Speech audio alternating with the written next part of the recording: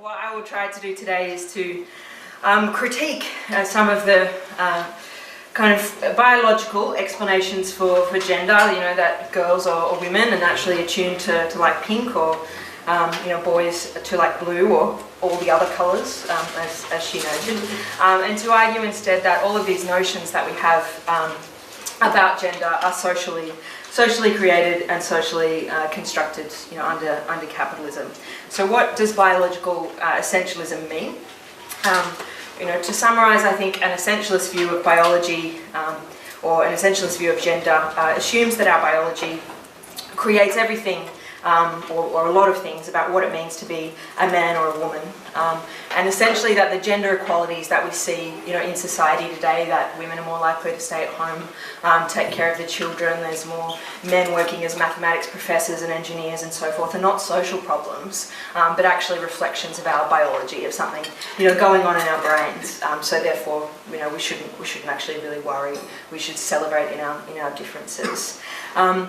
And as we'll see, I think, you know, the arguments that are being made are extremely familiar, also very old arguments, and as I've said, you know, they revolve around the idea that because women have female brains, they're more caring, more empathetic, they're better at multitasking, but not so good at thinking logically, making systems. They think with emotion, whereas men think, you know, apparently with systems and are incapable of, you know, day-to-day communication. And women are hardwired, apparently, argues the author of Men Are From Mars and Women Are From Venus, actually for spotting household dirt. It's programmed in our brain, we're just better at spotting it. And part of the reason that women like pink is another argument that's used, is because hunter-gatherer women collected predominantly red berries. But as someone pointed out to me, it doesn't explain blueberries. We'll leave that to the side. But I think these kind of ideas, they emerge in the context of a backlash to, you know, the gains that the women's movement has made. So we talked a lot in the first session this morning about, you know, women's struggle in World War II, and of course there's the women's liberation movement that emerges in the 60s and 70s in Australia and many countries around the world, which won some basic equalities before the law for women, and also began to question, you know, common social attitudes about gender. And I think you see the re-emergence of these, you know, biologically essentialist ideas. There's two academic disciplines that are predominantly responsible for propagating them, the sociobiology and evolutionary psychology. You see their emergence, you know, in the 80s and 90s and onwards in the context of, you know, the backlash to the women's movement. And while these people like to present themselves as kind of going against the dominant ideas in society, and, you know, that they're underdogs for kind of arguing these sorts of things, actually the sorts of articles that make these arguments are published in extremely respectable journals. Nature and Science are two that people might have heard of, and there's a whole number of, you know, very well-selling, some of them have sold millions of copies, pop psychology books. So some people argue that it starts with The Social Gene by Richard Dawkins, who's responsible for a whole number of, you know, awful ideas in society, and he argues in that book that, you know, women are naturally coy and men are naturally, you know, promiscuous. That was his argument. Men Are From Mars, Women Are From Venus, which emerged in 1992, kicked off a whole series of books. One that I'll talk about a little bit later on is The Essential Difference by Simon Baron-Cohen. But I also highly recommend this book. We don't have it on our bookshelf, but you can get it on the book depository for about, you know, $13. Excellent critique by a cognitive neuroscientist, which I'm not. But I realised actually that doesn't matter so much in terms of debunking this so-called science. You don't need to be a cognitive neuroscience scientist, but she is. So she does an absolute excellent job at smashing, you know, these things and putting it in a very accessible way. So I'm going to do, you know, a bit of that today, but also try to talk more about the social context, how gender, you know, is constructed. So I wanted to give, first of all, an example of the kind of arguments that are made. There's a book, more recent book, published in 2008, called Leadership and the Sexes, which is about how you can use gender science to further exploit your workforce, or manage your workers, essentially. And this is how it advertises itself. We all know the opposite sex can be a baffling, even infuriating species. I'm pretty sure that men and women are the same species. And I'm not a scientist, but I think that's fairly clear. Why do most men use the phone to exchange information rather than have a chat?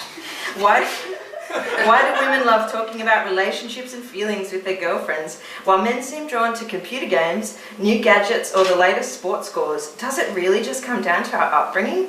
In The Essential Difference, leading psychologist Simon Baron-Cohen confirms what most of us had suspected all along, that male and female brains are different. This groundbreaking and controversial study reveals the scientific evidence present even in one-day-old babies, and I'll talk about what that's referring to, that proves that female-type brains are better at empathising and communicating, while male brains are stronger at understanding and building systems, not just computers and machinery, but abstract systems such as politics and music. So all the women who've come over the weekend, just understand this is not your domain.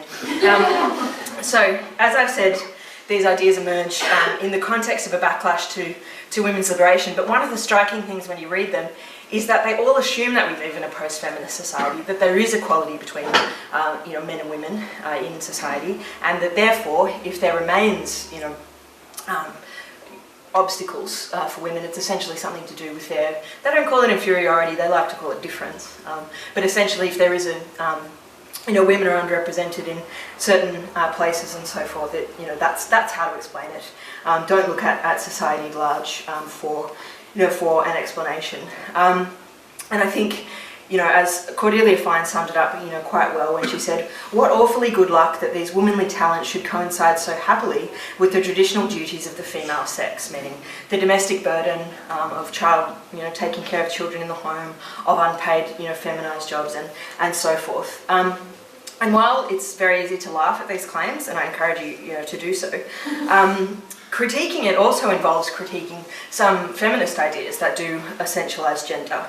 For example, the idea that if we had more women leaders in the world, we'd have less war. I think Hillary Clinton, if she wins the election, will potentially put that one to bed. But there were arguments around the financial crisis that if women were in leadership positions, we wouldn't have had the financial crisis and so forth. And certainly there's some ideas of patriarchy within feminism that are, in some ways based around this idea that there's an innate drive in men to dominate women. And I think if we question, the science of different, I think reject completely, actually is probably more accurate, the science about, these essential and innate differences between the personalities of men and women, we also have to reject those politics. So I just wanted to make a note about the terminology around sex and gender, because one of the things that all the literature does is that it assumes that someone who is male therefore has the characteristics of men, someone who is female, as in their biological sex, has the characteristics of a woman, and some of it doesn't make any distinction between those two things. Whereas I think biological sex is obviously a thing that exists. The whole number of things that people try to project onto that around gender is a social construct itself.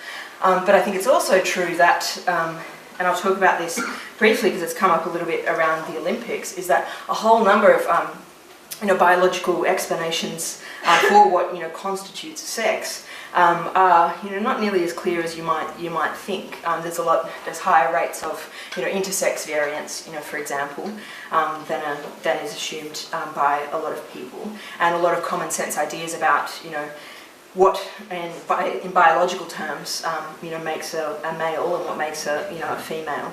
Is quite an interesting subject of scientific debate. So, for example, around the Olympics, they're constantly trying to define what defines a man by the process of testosterone testing.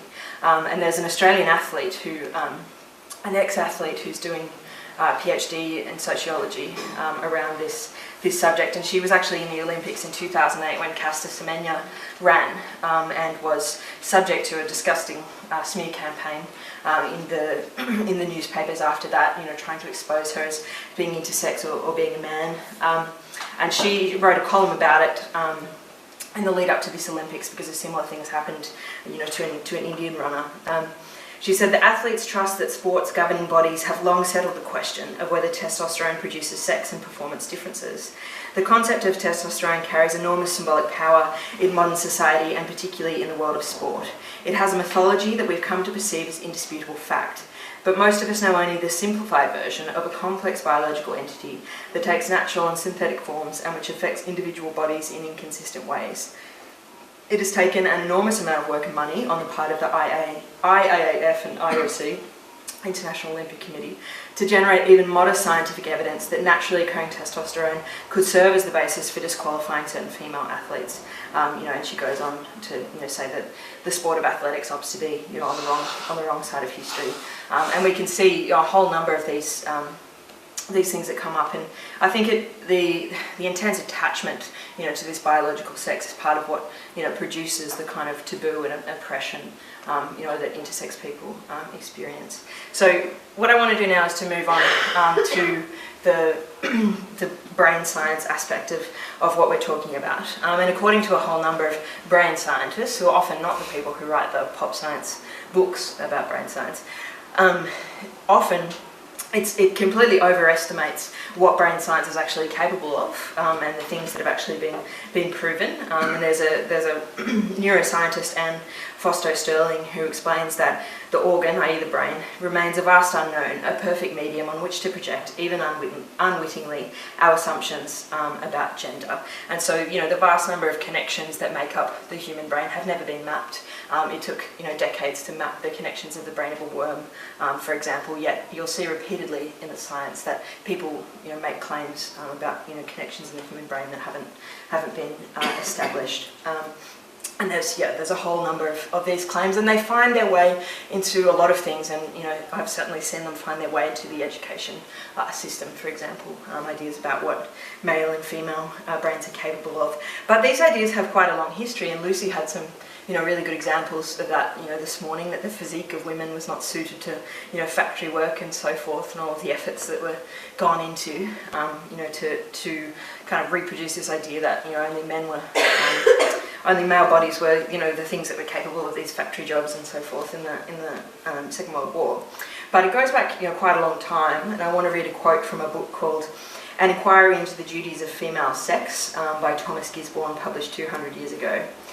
Where he argues that the different mental abilities of men and women are the reasons that they're in different roles in society. He says, the science of legislation, of jurisprudence, of political economy, the conduct of government in all its executive functions, commercial enterprise, these demand the efforts of a mind endued with the powers of close and comprehensive reasoning and of intense and continued application. And he's talking about the male mind. And he doesn't mention, interestingly enough, that women were excluded from education, excluded from political office, and excluded from doing all of those things in society to make his claims about the male brain. At this point, the arguments about the female brain were based on the idea that women had weaker brain fibres. That was proven to not be true. Then there's the whole idea about women's smaller and lighter brains. Then when it was discovered that that didn't really have anything to do with intelligence, apes have larger brains than humans, for example. It doesn't make them more intelligent than humans. The hypothesis is rejected and another one reappears. There was also an argument that women had longer noses. That made them stupid. And these sorts of scientific arguments, or pseudo-scientific arguments you might say, have been a keystone of arguments against women in various movements where women have tried to assert their rights. So if you look at anti-suffragette propaganda in newspapers and so on, there's a whole number of psychologists and scientists and so on who write in to talk about the innate impossibility of women being able to make decisions about who to vote for and so forth. And so that's why they shouldn't have the right to. And I think it's a continuing pattern. A hypothesis is established. Science finds, in some years that's nonsense, but more they just, they constantly keep reappearing.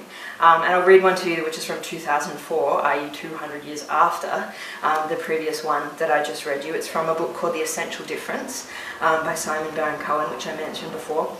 He says, the female brain is predominantly hardwired for empathy. The male brain is predominantly hardwired for understanding and building systems. People with the female brain make the most wonderful counsellors, primary school teachers, nurses, carers, therapists, social workers, mediators, group facilitators, or personnel staff. So isn't it interesting how women are so suited for, the underpaid, female work in the capitalist economy.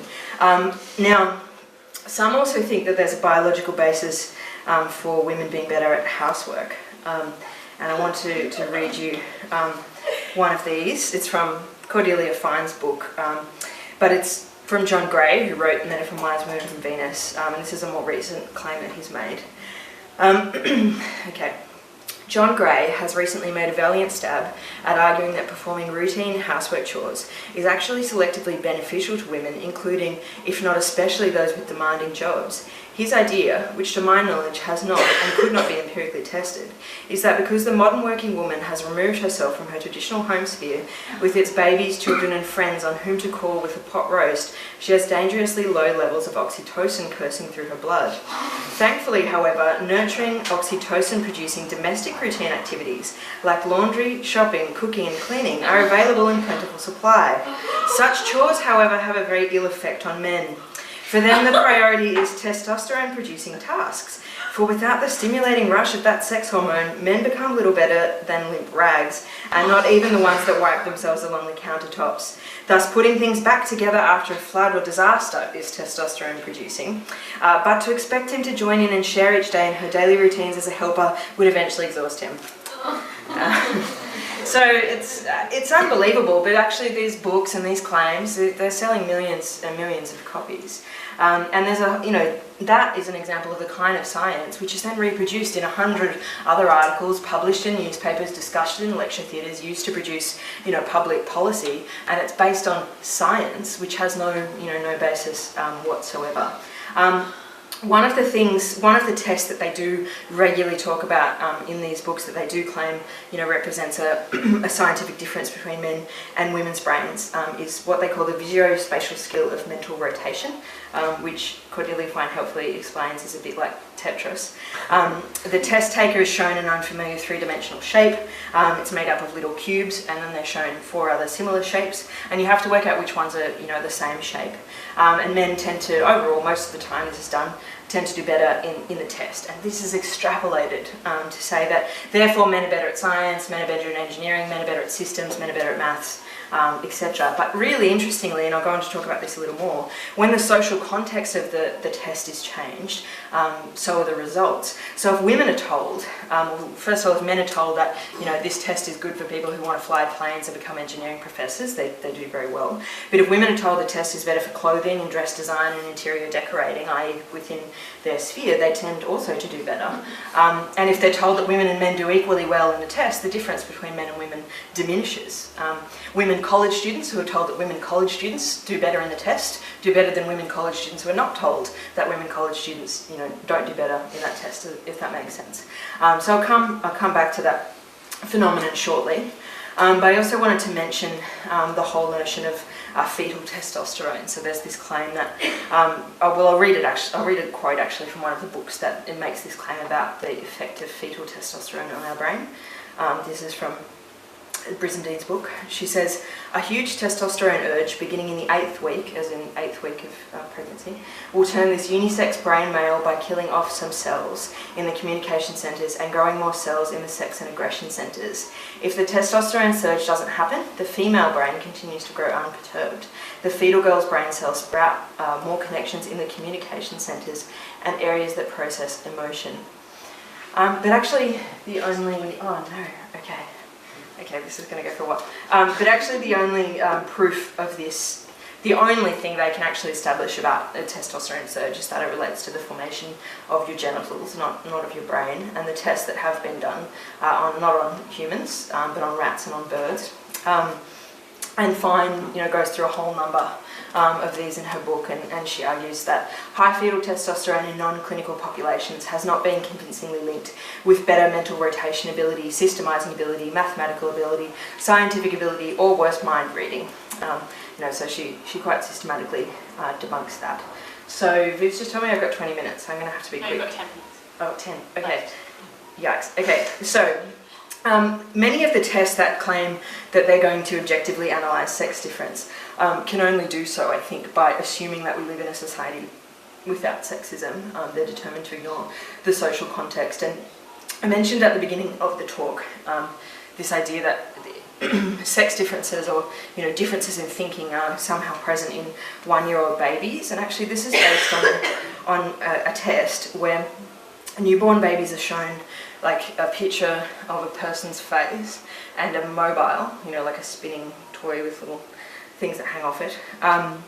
And the study found, this study that was done by Simon Baron-Cohen and people that wrote his book The Essential Difference, that they tend to look more at the face. And this was used to make a whole series of claims about the brain, and it's unclear how it proves anything much. But I think something that's really interesting to consider is that the scientists doing the test actually knew the sex of the children that they were showing the objects to. And there's another study which shows how if people are placed in an environment where they're given a baby and told it's a girl, and they're really, they're soft and they're gentle with it, and they give her a hug and call her a little princess and stuff like that, and they put in a room with a boy and they like turn it upside down and throw it all around and all of that sort of stuff with the tough little boy. So it's quite obvious, it's very straightforward that as soon as a baby is born, the gender is right there, and the way that people are interacting with the child on the basis of gender stereotypes is right there. So it's quite clear that that would have influenced the test that the scientists did with the face and the mobile. And when the test has been repeated, where the scientists didn't know the sex of the baby, there's no difference that's been able to be established. Okay, so I wanted to do a thing where I talked about how when tests ask us about our gender, what they do is make it clear that our gender is relevant and important, and in that process creates a pressure to fulfill our expected social role. This is called stereotype activation, and when our stereotype is activated, we're more likely to perceive ourselves as this stereotype. And overall gender differences are greatest on tests where it's clear that what is being measured is gender difference. So this has been tested, as I've talked about, on tests that deliberately prime gender or stereotypes by telling people that men do better in this test or women do better in this test, and people's results tend to follow that. I was going to do a test, but I don't think I have at the time. Maybe I'll do it at the end to try to prove this in real time. But there's also the fact that self-reporting your own skills is not really a scientifically valid thing. As Fine says, asking people to report their own social sensitivity is a bit like testing mathematical ability with questions like, I can easily solve differential equations. So I think that's, there's a lot of that in the book, a lot of sardonic humour along with science, so very much recommended. Okay, so I'll move on a little bit to my conclusion. So I think one of the things that really a whole number of reputable cognitive neuroscientists do agree on is that it's very clear that our mind is extremely sensitive to the social environment around it. So they talk a lot about culture and how culture constructs and builds in many ways our minds, but I think in a more Marxist interpretation of that, you can think about how Marx says it's not the consciousness of men and women that determines our being, but being, that determines consciousness. It's the society, that we live in that produces the ideas that we have in our minds. There's also, Italian Marxist Librella described it, ideas don't fall from heaven and nothing comes to us in a dream. So we need to look at our historical context, we need to understand the material context of capitalism to understand gender. And I think, as we also established this morning, gender norms under capitalism, haven't actually been stable. When it suits the capitalist class to tweak gender norms, for their own interests, you can see that. But you can also see it in the way that, certain stereotypes about gender have evolved. So, for example, you've probably seen pictures of babies at the end of the 19th century, and all of the babies are in white dresses, and they wear those white dresses for a number of years. And at this point, when they did, start to wear colours, pink was considered a stronger colour, and therefore, for boys. So even, the notion that we picked berries hundreds of thousands of years ago, and that explains pink, and that could, pass for science. You only need to open a history book to see that this is a really recent thing. And, what the a young girl was talking about the absolute explosion in the market for gender-specific toys. Quite a lot of people have linked that to, and actually Geraldine and I were just talking about this because my sister is about to have a boy, and yeah, of course, people are buying shirts with cars on them and things like that, because boys like cars. That the marketing of gender products really coincides with the rise in prenatal screening, where people can find out about what sex or gender their baby is going to be, and there's you can buy pink cotton, blue cotton, all of those sorts of things, and they make massive amounts of money out of it. But also just, we talked, as I said this morning, about, the change in gender roles that occurred through World War II, because, to have the women making the bombs was what was needed at that particular point in time. But there's also a whole number of occupations which are considered, stereotypically male, which actually at other points in history haven't been. Computer programming, is an example. The first computer programs, it was considered a really good job for women, that women's brains were, better suited to computer programming. So I talked at the beginning about how, I think all of these essentialist ideas about the male and female brain are part of the, ideological backlash against the women's movement. And while women have achieved, real gains and in many cases formal equality before the law, capitalism still relies on women's labour in the home. Women continue to take on the burden of childcare, socialising. The family unit remains extremely important. And associated with that, is the possibility for women to be concentrated more often in, lower paid jobs with the gender pay gap and so forth. And, strict gender roles are a part of constantly reinforcing this arrangement. A couple of years ago, David Cameron called the family the greatest social welfare system, of all time. So it's quite clear capitalism relies extremely heavily on women doing the traditional duties in the home that are traditionally associated with the female sex. And I think all this science does is just encourage us not to critique that or to think about that, but to see it as natural, essentially, for women, to accept, sexism.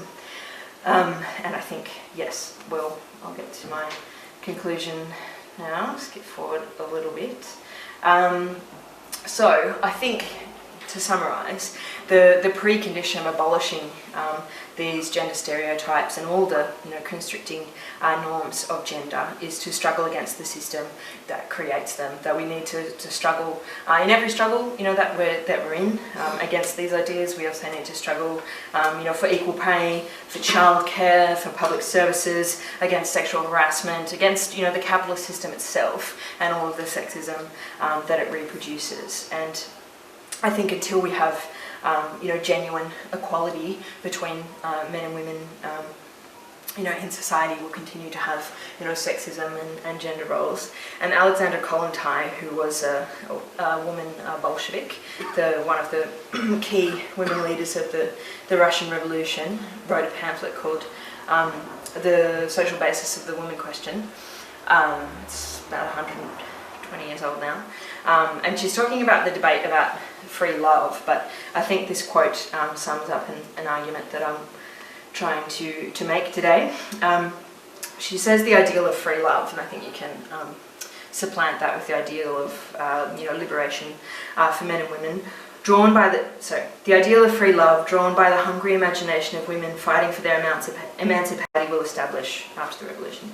However, the social influences are so complex and their interactions so diverse that it is impossible to foretell what the relationships of the future, when the whole system has been fundamentally changed, what it will be like.